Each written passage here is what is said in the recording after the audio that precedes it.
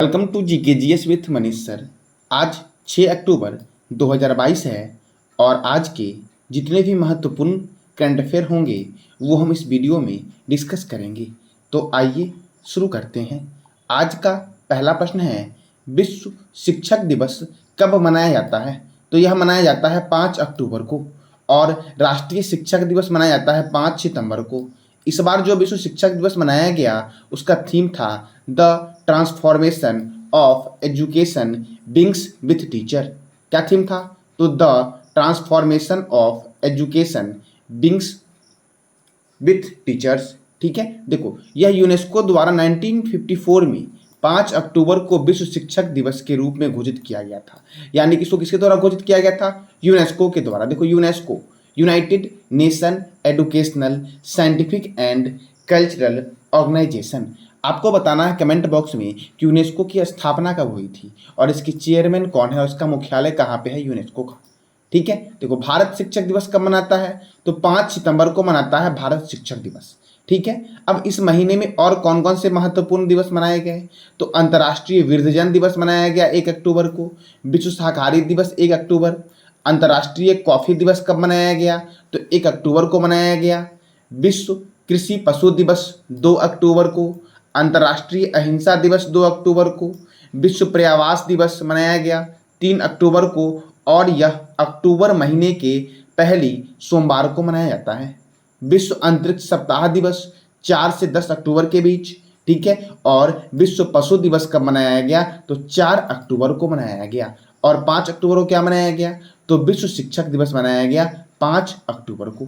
अगला प्रश्न है, हाल ही में संयुक्त राष्ट्र शरणार्थी एजेंसी का प्रतिष्ठित नानसेन पुरस्कार किसे दिया गया? तो यह दिया गया एंजेला मार्केल को। किसे दिया गया? तो एंजेला मार्केल को यह पुरस्कार दिया गया। देखो एंजेला मार्केल कौन थी? तो यह एंजेला मार्केल जो थी वह जर्मनी की पूर्व चांसलर थी। इन्हें यह पुरस्कार दिया गया है। अब इन्हें यह क्यों दिया गया है? तो इन्होंने 2015 और 2016 में जर्मनी में 1.2 मिलियन से अधिक शरणार्थियों को शरण दिया था। ठीक है, इसीलिए इन्हें यह पुरस्कार से सम्मानित किया गया है। अब जर्मनी, तो जर्मनी की राजधानी है बर्लिन, जर्मनी की करेंसी है यूरो, जर्मनी के प्रेसिडेंट है फ्रैंक वाल्टर स्टेनमेयर और जर्मनी के चांसलर हैं ओलाफ स्कोच। ठीक है, अब देखो आगे, देखो जर्मनी और पोलैंड के बीच कौन सी बॉर्डर लाइन है? देखो ये स्टैटिक है आपका, जो एग्जाम के लिए बहुत ही महत्वपूर्ण है, तो इसको कभी आप स्किप मत करना। ठीक है, ध्यान से सुनोगे तो याद हो जाएगा। ठीक है, जिसके पास अगर समय कम है या फिर नोट्स नोट करना नहीं चाहते हैं तो वो सुनो, डेली सुनो, याद हो जाएगा। अगर नोट कर लोगे तो आपके लिए बहुत अच्छा रहेगा वो। ठीक है, मैं पीडीएफ भी देता हूँ। पीडीएफ का लिंक जो आपको मिलेगा वो टेलीग्राम के डिस्क्रिप्शन बॉक्स में मिल जाएगा। ठीक है, वहाँ से आप ज्वाइन कर लेना। ठीक है, सॉरी मतलब वीडियो के डिस्क्रिप्शन बॉक्स में मिल जाएगा, वहाँ से आप टेलीग्राम लिंक ज्वाइन कर लेना, वहाँ पे आपको पीडीएफ मिल जाएगा। ठीक है, डेली पीडीएफ मिलेगा आपको। ठीक है, वहाँ से आप कर लेना। ठीक है, मंथली पीडीएफ भी मिल जाएगा, जनवरी फरवरी अभी तक जितने भी महीने हैं सारे पीडीएफ आपको वही मिल जाएंगे। ठीक है, देखो हिंडनबर्ग रेखा है जर्मनी और पोलैंड के बीच, ऑर्डरनीस रेखा है पोलैंड और जर्मनी के बीच। ठीक है, सिगफ्रीड रेखा है जर्मनी और फ्रांस के बीच, मैकमोहन रेखा है भारत और चीन के बीच, रेड क्लिफ रेखा है भारत और पाकिस्तान के बीच, 38वीं समांतर रेखा है उत्तर कोरिया और दक्षिण कोरिया के बीच, मैगिनोट रेखा है जर्मनी और फ्रांस के बीच, 49वीं समांतर रेखा है किसके बीच? तो अमेरिका और कनाडा के बीच 49वीं समांतर रेखा है। मैनरहीम रेखा है रूस और फिनलैंड के बीच, डुरंड रेखा है पाकिस्तान और अफगानिस्तान के बीच और मेडिसिन रेखा है कनाडा और अमेरिका के बीच। ठीक है, इसके बीच है, तो कनाडा और अमेरिका के बीच है मेडिसिन रेखा। और 38वीं समांतर रेखा जो है यह उत्तर कोरिया और दक्षिण कोरिया के बीच है और 49वीं समांतर रेखा है वो अमेरिका और कनाडा के बीच है। ठीक है, चलो अगला प्रश्न है, उत्तर प्रदेश के किस कैंट का नाम बदलकर अयोध्या कैंट कर दिया गया है? तो फैजाबाद कैंट जो है इसका नाम बदल के क्या कर दिया गया है? तो अयोध्या कैंट कर दिया गया है। रक्षा मंत्री राजनाथ सिंह ने 4 अक्टूबर 2022 को फैजाबाद कैंट का नाम बदलकर अयोध्या कैंट कर दिया। अच्छा, यहाँ से एक प्रश्न बनता है, अयोध्या अयोध्या कौन सी नदी के किनारे है? जवाब देना वो कमेंट बॉक्स में कि अयोध्या कौन सी नदी के किनारे है। ठीक है, देखो इससे पहले उत्तर प्रदेश के फैजाबाद जिले का नाम बदलकर अयोध्या कर दिया गया था। अच्छा, मैंने कल पिछले क्लास में बताया था आपको कि मुगल सराय रेलवे जंक्शन का नाम, नया नाम क्या है? तो पंडित दीनदयाल उपाध्याय जंक्शन जो है वह मुगल सराय रेलवे स्टेशन का नया नाम है। जो कैंट क्या है, तो कैंट एक सैन्य पुलिस क्वार्टर होता है कैंट। अब यह उत्तर प्रदेश में ऐसा किया गया है, तो उत्तर प्रदेश की राजधानी है लखनऊ, और लखनऊ है गोमती नदी के किनारे। उत्तर प्रदेश के मुख्यमंत्री हैं योगी आदित्यनाथ और गवर्नर है आनंदीबेन पटेल। राज्यसभा सीट 31 है और लोकसभा सीट 80 है। कहाँ पे, तो यूपी में। यूपी में सर्वाधिक राज्यसभा सीट, सर्वाधिक लोकसभा सीट, सर्वाधिक डिस्ट्रिक्ट और सर्वाधिक जनसंख्या जो है वो यूपी में ही है। ठीक है, यूपी में कितनी डिस्ट्रिक्ट है, तो 75 डिस्ट्रिक्ट है। उत्तर प्रदेश में दुधवा राष्ट्रीय उद्यान है। कौन सा राष्ट्रीय उद्यान है, तो दुधवा नेशनल पार्क यूपी में है। बखीरा वन्यजीव अभ्यारण्य यूपी में है। पीलीभीत राष्ट्रीय उद्यान यूपी में है। अमानगढ़ बाघ रिजर्व उत्तर प्रदेश में है। Small industries development bank of India अर्थात सिडबी का हेडक्वार्टर लखनऊ में है और सिडबी की स्थापना हुई थी 2 अप्रैल 1990 को। सब्जी के उत्पादन में प्रथम राज्य उत्तर प्रदेश है। उत्तर प्रदेश के मैनपुरी सैनिक स्कूल का नाम जनरल बिपिन रावत सैनिक स्कूल कर दिया गया। धरा नामक एंटी भू माफिया सॉफ्टवेयर उत्तर प्रदेश ने विकसित किया। राष्ट्रीय जल पुरस्कार 2022 उत्तर प्रदेश को दिया गया। किसानों की आय को दुगना करने के लिए यूपी सरकार ने पंचा अमृत योजना की शुरुआत की। शिक्षा टाउनशिप यूपी ने ही शुरू की है। ठीक है, इंडिया मिशन ई अभियोजन पोर्टल में उत्तर प्रदेश प्रथम स्थान पर आया है। तो ये था उत्तर प्रदेश से संबंधित महत्वपूर्ण प्रश्न। ठीक है, अब अगला प्रश्न आपका है, हाल ही में किसने महिला उद्यमियों के लिए स्टार्टअप प्लेटफॉर्म हर स्टार लॉन्च किया है। तो हर स्टार जो लॉन्च किया है यह किसने किया है, किसने बनाया है इसको, तो गुजरात विश्वविद्यालय के द्वारा बनाया गया है। और इसका उद्घाटन किसने किया है, इसको लॉन्च किसने किया है, तो राष्ट्रपति द्रौपदी मुर्मू के द्वारा इसका उद्घाटन किया गया। ठीक है, और बनाया किसने इसको है, हर स्टार, तो यह बनाया है गुजरात विश्वविद्यालय ने। देखो, यह पहल महिला उद्यमियों को विभिन्न निजी और सरकारी प्लेटफॉर्म से जोड़ेगा। अब देखो, राष्ट्रपति, तो मैं कई दिन आपको राज्यपाल से संबंधित, लोकसभा से संबंधित, राज्यसभा से संबंधित अनुच्छेद बताता था, तो आज बताऊंगा मैं आपको राष्ट्रपति से संबंधित महत्वपूर्ण अनुच्छेद। तो देखिए, 52 में भारत के राष्ट्रपति के बारे में बताया गया है। अनुच्छेद 53 में संघ की कार्यपालिका शक्ति जो होगी वो राष्ट्रपति में निहित होगी। अनुच्छेद 14 में राष्ट्रपति के चुनाव के बारे में बताया गया है, राष्ट्रपति का चुनाव होगा। अनुच्छेद 55 में बताया गया है राष्ट्रपति के चुनाव का तरीका। 56 में बताया गया है राष्ट्रपति का कार्यकाल। 57 अनुच्छेद 57 में बताया गया है पुनः चुनाव के लिए अर्हताएं मतलब क्वालिफिकेशन। 58 में बताया गया है राष्ट्रपति चुने जाने की योग्यता। 59 में चुना गया है राष्ट्रपति कार्यकाल की दशाएं। अनुच्छेद 60 में चुना गया है राष्ट्रपति का शपथ ग्रहण। अनुच्छेद 61 में है राष्ट्रपति पर महाभियोग चलाने की प्रक्रिया। अनुच्छेद 62 में है राष्ट्रपति की पद रिक्ति पर चुनाव कराने का समय। अनुच्छेद 72 में है राष्ट्रपति को क्षमादान की शक्ति। अनुच्छेद 111 में है संसद द्वारा पारित विधेयक पर सहमति प्रदान करना। अनुच्छेद 123 में है अध्यादेश जारी करने की शक्ति। अनुच्छेद 143 में है राष्ट्रपति की सर्वोच्च न्यायालय से सलाह लेने की शक्ति। किस अनुच्छेद के तहत है, तो 143 के तहत है। तो ये था राष्ट्रपति से संबंधित महत्वपूर्ण अनुच्छेद। मैं एक बार फिर से आपका रिवीजन करवा देता हूँ। देखो, जितना बार रिवीजन करोगे उतना याद होगा आपको। ठीक है, अगर छोड़ दोगे तो भूल जाओगे आप लोग। ठीक है, देखो, तो ये दिमाग जो हमारा है ना वो इस टंकी की तरह है, नीचे लीकेज है। अब कितना भी पढ़ोगे ना भूलोगे, वो लीक होगा ही होगा आपका। ये तभी आपको कंटिन्यू याद रहेगा ना जब आप इसी को फिर से रिवीजन करोगे, फिर से डालोगे। ठीक है, जितना बार रिवीजन करोगे उतना आपको याद होगा, इसलिए रिवीजन करते रहो। लीकेज कभी बंद नहीं होगा आपका, ये कम हो जाएगा, भूलना कम होगा आपका। ठीक है, और इसके लिए करना क्या पड़ेगा आपको, तो डेली रिवीजन करना पड़ेगा। जितना रिवीजन करोगे उतना अच्छा रहेगा आपके लिए। ये जरूरी नहीं कि मैं जो बताता हूँ या फिर जो आप घर पे भी पढ़ते हो किसी टॉपिक को तो वो डेली रिवीजन करो, थोड़ा थोड़ा ही करो। आप स्टडी से जुड़े रहोगे तभी आगे बढ़ोगे। ठीक है, तो राष्ट्रपति से संबंधित महत्वपूर्ण अनुच्छेद फिर से रिवीजन करवाता हूँ मैं। ठीक है, राष्ट्रपति का वर्णन अनुच्छेद 52 में है। संघ की कार्यपालिका शक्ति राष्ट्रपति में निहित होगी अनुच्छेद 53 के तहत। राष्ट्रपति का चुनाव अनुच्छेद 54 में बताया गया है। ठीक है, राष्ट्रपति के चुनाव का तरीका अनुच्छेद 55 में है। राष्ट्रपति का कार्यकाल अनुच्छेद 56 में है। पुनः चुनाव के लिए अर्हताएं अनुच्छेद 57। राष्ट्रपति चुने जाने के लिए योग्यता अनुच्छेद 58। राष्ट्रपति कार्यकाल की दशाएं 59। राष्ट्रपति का शपथ ग्रहण 60। राष्ट्रपति पर महाभियोग चलाने की प्रक्रिया 61। राष्ट्रपति पद की रिक्ति की पूर्ति के लिए चुनाव कराने का समय अनुच्छेद 62। राष्ट्रपति को क्षमादान की शक्ति अनुच्छेद 72। संसद द्वारा पारित विधेयक पर सहमति प्रदान करना अनुच्छेद 111, अध्यादेश जारी करने की शक्ति 123, राष्ट्रपति की सर्वोच्च न्यायालय से सलाह लेने की शक्ति 143 में है। ठीक है, देखो अगर आपको किसी टॉपिक पे चाहिए कि आपको इस टॉपिक के बारे में उससे संबंधित अनुच्छेद जानना है तो आप कमेंट बॉक्स में बताओ कि आपको किस टॉपिक से जानना है। ठीक है, मैं उसकी वीडियो बना दूंगा आपको, या फिर करंट अफेयर में ही कहीं ऐड करके बता दूंगा मैं आपको। ठीक है, तो कमेंट बॉक्स में जरूर बताइएगा कि आपको इसके बाद राष्ट्रपति के बाद किस अनुच्छेद को जानना है और किस टॉपिक के बारे में आपको जानना है। ठीक है, अगला प्रश्न है, हाल ही में किस राज्य के डिप्टी सीएम ने वंदे मातरम पहल शुरू की है? तो महाराष्ट्र के डिप्टी सीएम हैं देवेंद्र फडणवीस, इसने ही शुरू की है वंदे भारत पहल। यह वंदे भारत पहल है क्या? तो सरकारी कर्मचारी जो महाराष्ट्र के होंगे वो फोन कॉल पर हेलो के बजाय क्या बोलेंगे? तो वंदे मातरम बोलेंगे।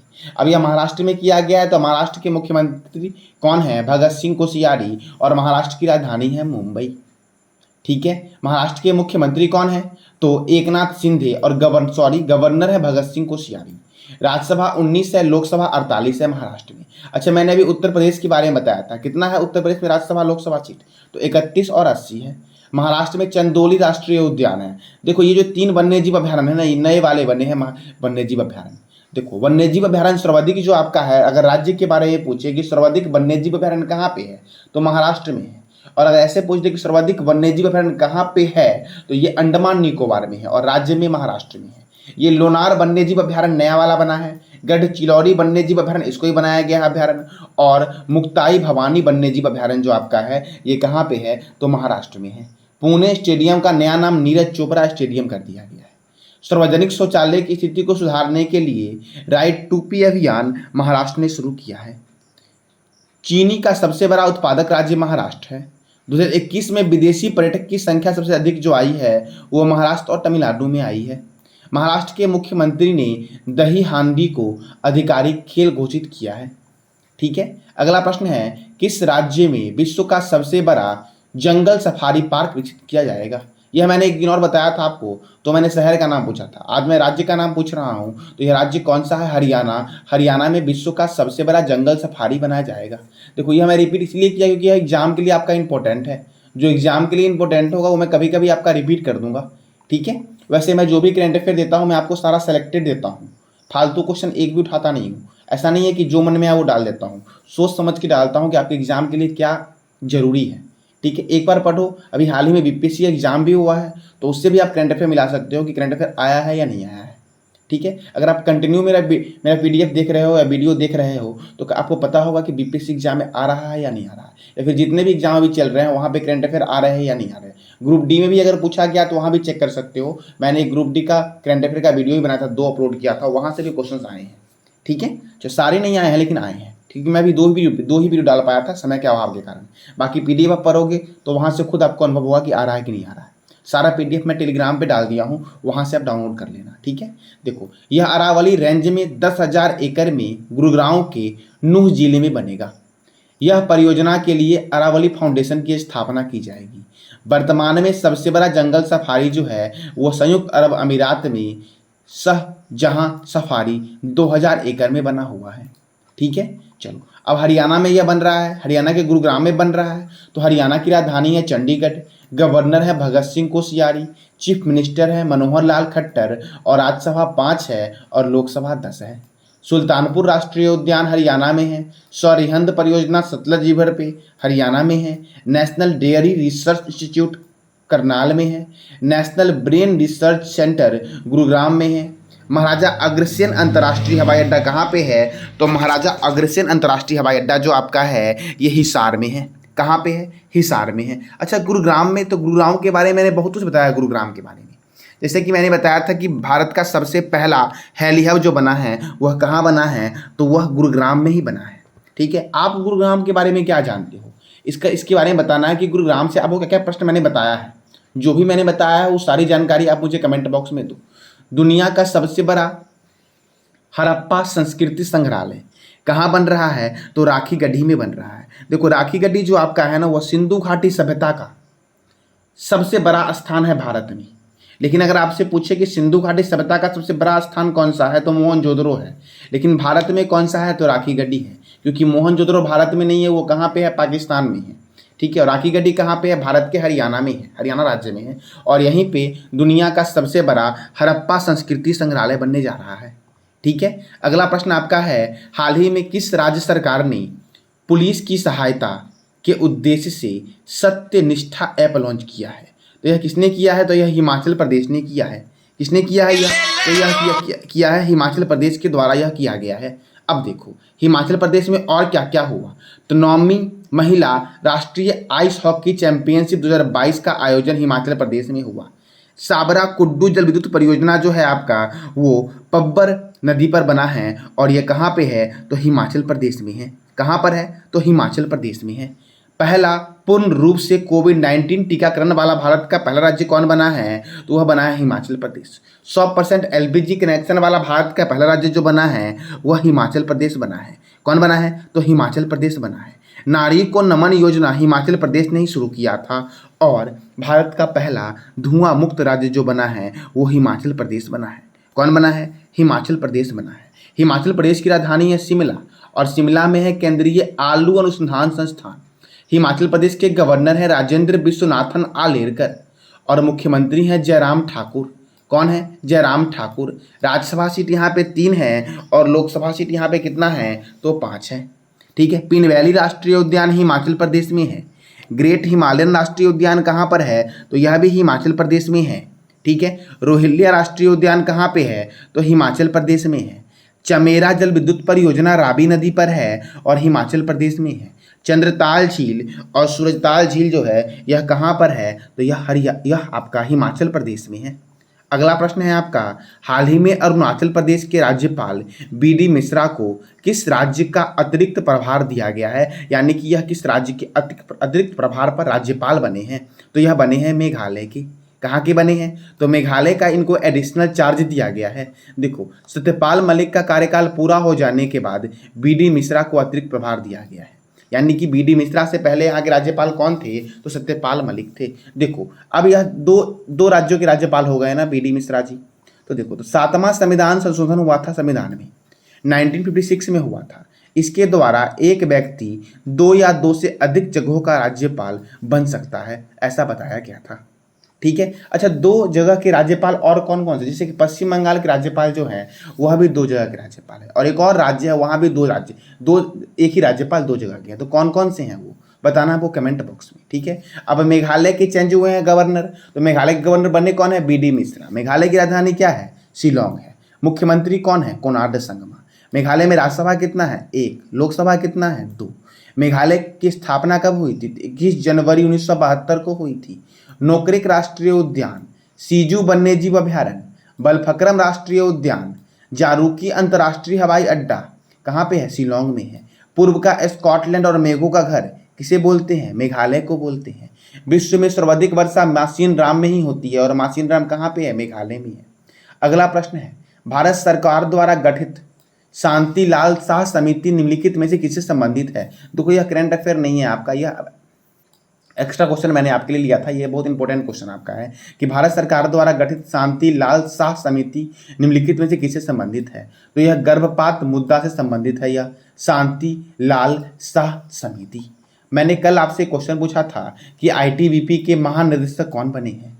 तो आईटीबीपी के महानिदेशक बने हैं Sujoy Lal Thaosen. ITBP Indo Tibetan border police, इसका हेडक्वार्टर है नई दिल्ली में और इसकी स्थापना हुई थी 24 अक्टूबर 1962 को। आईटीबीपी की स्थापना हुई थी नई दिल्ली में ही। आपका डीआरडीओ का मुख्यालय है और पंजाब नेशनल बैंक का मुख्यालय है। आपका आज का प्रश्न है, हाल ही में किस देश ने FIBA महिला बास्केटबॉल विश्व कप जीता है? किस देश ने जीता है और कौन था उप विजेता? इसका जवाब देना आपको कमेंट बॉक्स में। कमेंट बॉक्स में एक MD एजाज आलम है और स्मृति है। इनका जवाब काफ़ी अच्छा होता है और यह डेली जवाब देते हैं, ठीक है। चलिए तो आज के लिए इतना ही। जानकारी अगर अच्छी लगी हो तो लाइक करें, शेयर करें और सब्सक्राइब करें। धन्यवाद।